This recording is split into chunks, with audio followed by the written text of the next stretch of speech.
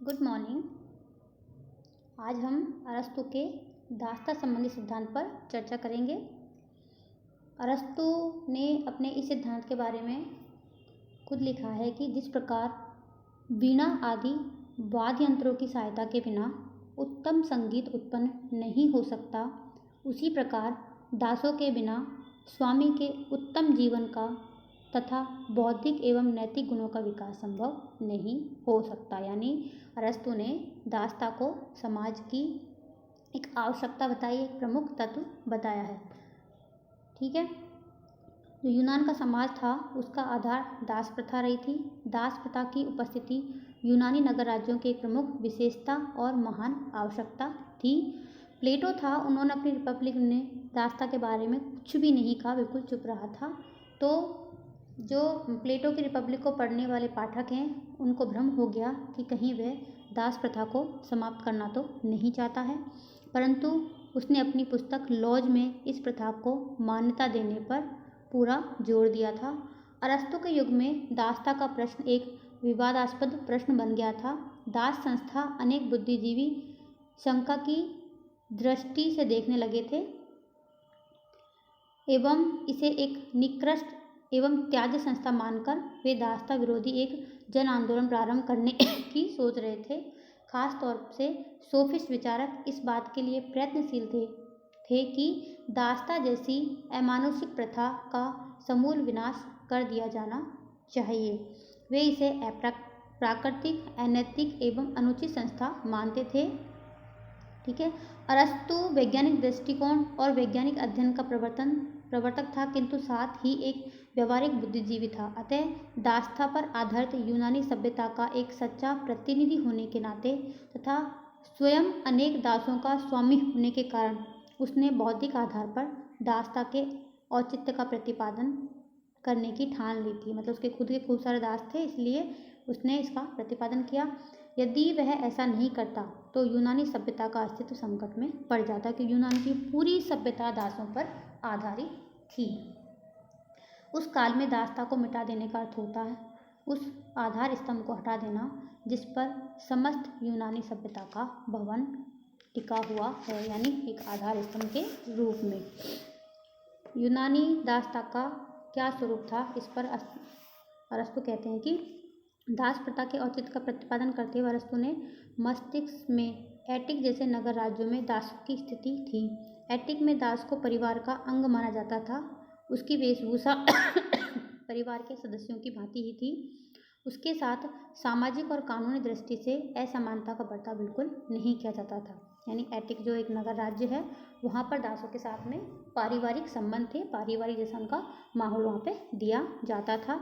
इस प्रथा के कारण मानव का घृणित रूप से उत्पीड़न एवं शोषण किया, जिससे वे सर्वदा अरस्तु अपरिचित था। अरस्तु को दास प्रथा की अमानुषिकता का भान ही नहीं हुआ था। क्यों? एटिक की जो स्थिति थी उसके कारण उन्हें मानव के रूप में स्वीकार नहीं करते थे। ठीक है। अरस्तु के मस्तिष्क में भी दासों की वही स्थिति रखने का विचार था। वह दासों को गृह कार्य करने वाले सेवकों से निकृष्ट बनाना नहीं चाहते थे। जैसी एटिक में स्थिति थी दासों की, वैसा ही अरस्तु उनको बनाए रखना चाहता था। अरस्तु के अनुसार दासता का क्या अर्थ है, उसकी क्या प्रकृति है, आइए हम देखते हैं। दास प्रथा संबंधी अपने विश्लेषण में अरस्तु ने सर्वप्रथम दास के अर्थ को स्पष्ट किया। उसने दास को पारिवारिक संपत्ति का एक भाग माना।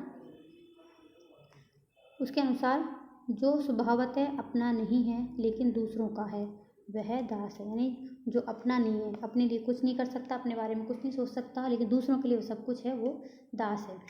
ठीक है। यानी दास वह है जिसका स्वयं का कोई व्यक्तित्व नहीं होता और जहाँ तक कि जिसका अपना मस्तिष्क भी नहीं होता, उसको वही काम करना होता है जो उसके मालिक उसको कहते हैं। अरस्तु के अनुसार राज्य जो कि गृहस्थियों के संयोग से बनता है, इसलिए दास प्रथा को समझने के लिए हमें गृहस्थी के प्रबंध को भी समझना चाहिए। गृहस्थ प्रबंध के विभिन्न अंग उन व्यक्तियों के साथ जुड़े होते हैं जिनके संयोग से गृहस्थी बनती है, और पूरी गृहस्थी में स्वतंत्र नागरिक भी होते हैं और दास भी। परिवार के प्रमुख अंग हैं स्वामी और सेवक। पति और पत्नी, पिता और संतति। अरस्तु संक्षेप में, अरस्तु ने दास को मनुष्यों की श्रेणी में न रखकर उपकरणों की श्रेणी में रखा है। दास परिवार की संपत्ति है, यह परिवार का उपकरण है। दास का महत्व परिवार के कारण है, उससे पृथक उसका कोई अस्तित्व नहीं है। अरस्तु कहता है कि संपत्ति की प्रत्येक वस्तु जीवन के लिए उपकरण स्वरूप है। जीवन कार्य है, कार्य का परिणाम नहीं है। अतः दास कार्य के क्षेत्र में प्रयोग किया जाने वाला एक उपकरण है। जैसे जीवन जीने के लिए बाकी चीज़ें जरूरी होती हैं, वैसे ही दास भी वहाँ पर बहुत आवश्यक उपकरण माना जाता था। अतः अरस्तु द्वारा प्रतिपादित दासता के अर्थ से उसकी प्रकृति स्पष्ट होती है। दासता की प्रकृति के संबंध में अरस्तु ने 3 बातें बताई हैं। पहली, जो व्यक्ति अपनी प्रकृति से स्वयं अपना नहीं है बल्कि दूसरों का है, फिर भी वह मनुष्य है, वही स्वभावतः दास है। दूसरा, वह व्यक्ति जो मनुष्य होते हुए भी संपत्ति की एक वस्तु है और दूसरों के अधीन रहता है, वह दास कहलाता है। तीसरा, संपत्ति की वस्तु जो कार्य का उपकरण है और जिसे संपत्ति के स्वामी से पृथक किया जा सकता है, वह दास है। अरस्तु कहता है कि स्वामी अपने दास का स्वामी तो होता है, पर वह उसी का नहीं होता। उसके विपरीत दास केवल अपने स्वामी का दास ही होता है, बल्कि पूरा का पूरा उसी का होता है। यानी कि एक दास का एक ही स्वामी नहीं होता है, जबकि स्वामी के अनेक दास होते हैं। यहीं से पता चलता है कि दास का स्वरूप क्या है। जो प्रकृति से ही अपना नहीं है बल्कि किसी और का है, वह प्रकृति से ही दास है। जो मनुष्य होते हुए किसी और का है, वह संपत्ति भी है। अतः संपत्ति को कार्य संपादन के उपकरण कह सकते हैं, जिसका अपने स्वामी से पृथक कोई अस्तित्व हो सकता है। दासता का औचित्य, मतलब अरस्तु ने किन कारणों से दासता को स्वीकार किया है, दासता का औचित्य माना है वहाँ के यूनानी नगर राज्यों में। अरस्तु दास प्रथा के पक्ष में नैतिक और भौतिक दोनों ही आधारों पर अनुमोदन और उसके औचित्य का समर्थन करता है। ठीक है, उसके द्वारा दास प्रथा के समर्थन में जो तर्क दिए गए, पहला है दासता प्राकृतिक है। यानी अरस्तु दासता को एक प्राकृतिक चीज मानता है। प्राकृतिक रूप से ही समाज में कुछ लोग दास होते हैं, कुछ लोग मालिक होते हैं। प्रकृति में सर्वतीय नियम दिखाई देता है कि उत्कृष्ट निकृष्ट पर शासन करता है। विषमता प्रकृति का नियम है। मनुष्यों में स्वाभाविक और प्राकृतिक रूप से असमानता होती है। सभी मनुष्य एक सी बुद्धि, योग्यता, गुण लेकर उत्पन्न नहीं होते हैं। दासता प्राकृतिक असमानता का ही परिणाम है। जो समाज में मूर्ख और बुद्धिहीन व्यक्ति होते हैं, वो दास बनने के योग्य होते हैं, तथा कुशल और बुद्धिमान व्यक्ति स्वामी बनने के योग्य होते हैं।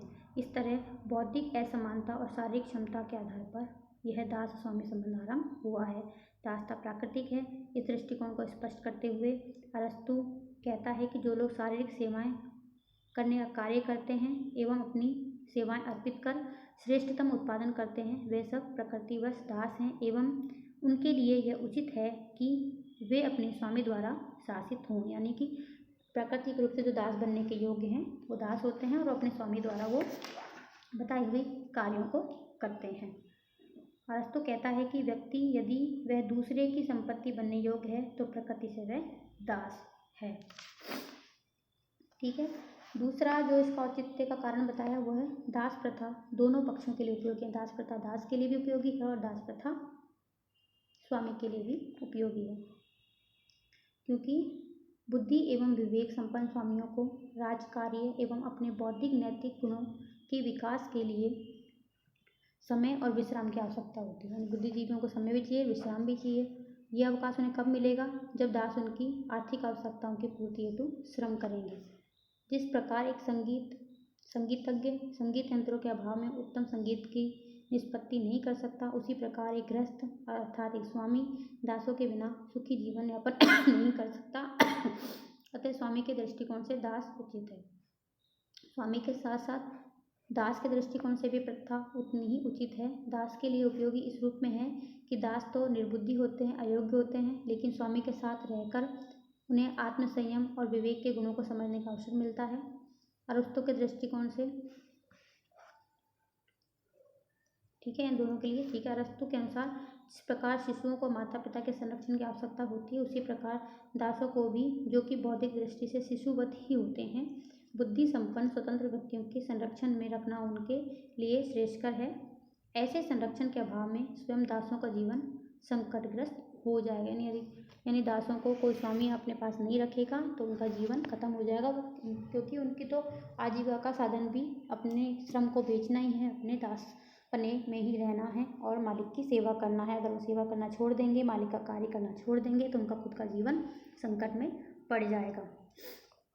अरस्तु ने इसका अगला औचित्य बताया कि दासता नैतिक है, यानी नैतिक दृष्टि से भी अरस्तु ने इसको आवश्यक माना है।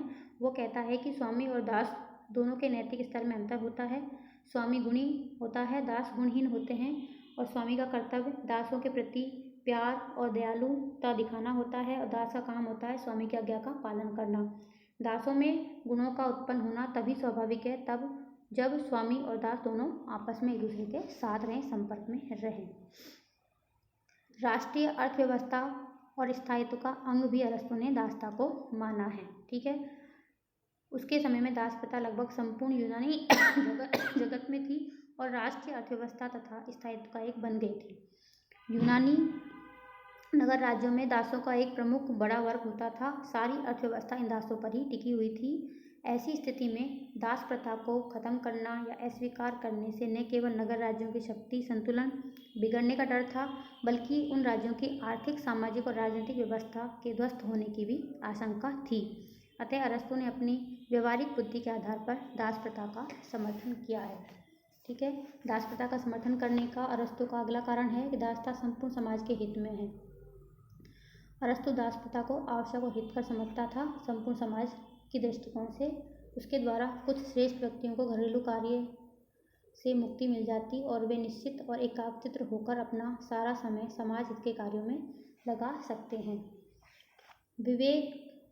विवेक के दृष्टिकोण से भी दास प्रथा को अरस्तु ने औचित्यपूर्ण माना है।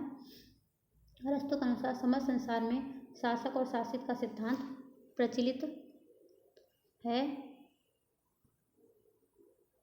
ठीक है, ये सिद्धांत समाज में ही नहीं बल्कि अचेतन वस्तुओं में भी होता है। उदाहरण के लिए यंत्र भी बड़े और छोटे होते हैं। ठीक है, बड़ा यंत्र छोटे यंत्र को अपनी सहायक बनाकर रखता है। आत्मा शरीर को निरंकुशता से शासित करती है। स्वामी और दास का आपसी संबंध बिल्कुल आत्मा और शरीर के समान ही है। युद्ध के आधार पर भी दासता का समर्थन किया अरस्तु ने। युद्ध में जो पराजित व्यक्ति है उनको अरस्तु दास बनाने के पक्ष में है। वह विजेता पर इस बात का निर्णय लेने के लिए छोड़ देता है कि पराजित व्यक्ति को दास बनाया जाए या नहीं। इस प्रकार उसको वह वैधानिक दासता की संज्ञा देता है। युद्ध को दासता का आधार मानते हुए भी अरस्तु युद्ध में पराजित होने पर यूनानियों को दास बनाने के बिल्कुल पक्ष में नहीं था। ये देखो क्वेश्चन है, याद करने योग्य है कि किसको वो दास बनाना बिल्कुल भी नहीं चाहता था, यूनानियों को। ठीक है, दासता के प्रकार। अरस्तु ने दासता के दो प्रकार बताए, स्वाभाविक दासता और वैधानिक दासता। जैसे हमने अभी पहले जिन चीज़ों का अध्ययन किया उनमें दोनों शब्द आ चुके हैं, दोनों का अर्थ भी आ चुका है। कुछ व्यक्ति जो जन्म से मंदबुद्धि, अकुशल और अयोग्य होते हैं वे स्वाभाविक दास होते हैं। अरस्तु के शब्दों में कुछ मनुष्य स्वभाव से ही दास होते हैं। इसके अतिरिक्त जो युद्ध में हार जाते हैं और उनको बंदी बनाकर दास बनाया जाता है उनको वैधानिक दासता का दर्जा दिया जाता है, यानी वो वैधानिक दास होते हैं। अतः अरस्तु ये स्पष्ट रूप से घोषणा करता है कि यूनानी सदैव सर्वत्र प्रकृति से ही स्वतंत्र रहे हैं। ठीक है, दास प्रथा के बारे में अरस्तु द्वारा प्रतिपादित मानवीय व्यवस्थाएं क्या हैं। अरस्तु ने दास प्रथा के सिद्धांत को न्यायोचित ठहराते हुए भी उस पर कुछ मानवोचित परिसीमाएं लगाई हैं। ठीक है, पहली जैसे दासता प्राकृतिक है न कि वंश परंपरागत। ठीक है, दास की संतान यदि गुणवान पैदा होती है और स्वामी की संतान यदि निकम्मी पैदा होती है तो जो व्यक्ति दास होते हुए भी योग्य और बुद्धिमान है उसको मुक्त कर देना चाहिए। स्वामी को दास के प्रति किसी प्रकार का अत्याचार और क्रूर व्यवहार करने का अधिकार नहीं है। स्वामी को अपने दासों को यह वचन देना चाहिए कि यदि वे अच्छा कार्य करेंगे तो उनको मुक्त भी किया जा सकता है। स्वामी को अपने दासों से केवल वही कार्य करवाने चाहिए जिनको करने की उनमें क्षमता हो। स्वामी का कर्तव्य है कि दास की भौतिक एवं शारीरिक सुविधाओं का भी ध्यान रखा जाए। स्पेशली औरतों की शारीरिक सुविधाओं का ध्यान रखा जाना बहुत जरूरी है। अरस्तु दासों की संख्या बढ़ाने के पक्ष में बिल्कुल भी नहीं थे। वह उनकी संख्या आवश्यकता अनुसार रखना चाहते हैं। स्वामी को चाहिए कि वह अपनी मृत्यु के समय अपने दासों को दासता से मुक्त कर दें। एक स्वामी अगर मर जाता है उसके साथ जितने भी दास रहते थे उनको मुक्त होना चाहिए। मुक्त कर दो कि अब तुम्हारा कोई स्वामी नहीं है, अगली जो कोई उनका स्वामी बनने योग्य होगा उनका वो दास बन जाएंगे। अरस्तु का मत है कि समस्त दासों को अपने सम्मुख स्वतंत्रता का अंतिम ध्येय रखना चाहिए। इन सभी दासों को जीवन का उद्देश्य दासता से मुक्त होना रखना चाहिए कि जब भी मौका मिले, जब भी ऐसा कोई काम किया जाए कि मुक्त हुआ जा सकता है तो वो उसको करें। अरस्तु ने अपनी वसीयत में लिखा है कि उसके किसी दास को बेचा न जाए एवं उनमें से कुछ को उचित आयु का होने पर मुक्त करा दिया जाए। इससे स्पष्ट होता है कि वह दासों के प्रति मानवीय व्यवहार का समर्थन और क्रूर व्यवहार का विरोधी था। धन्यवाद।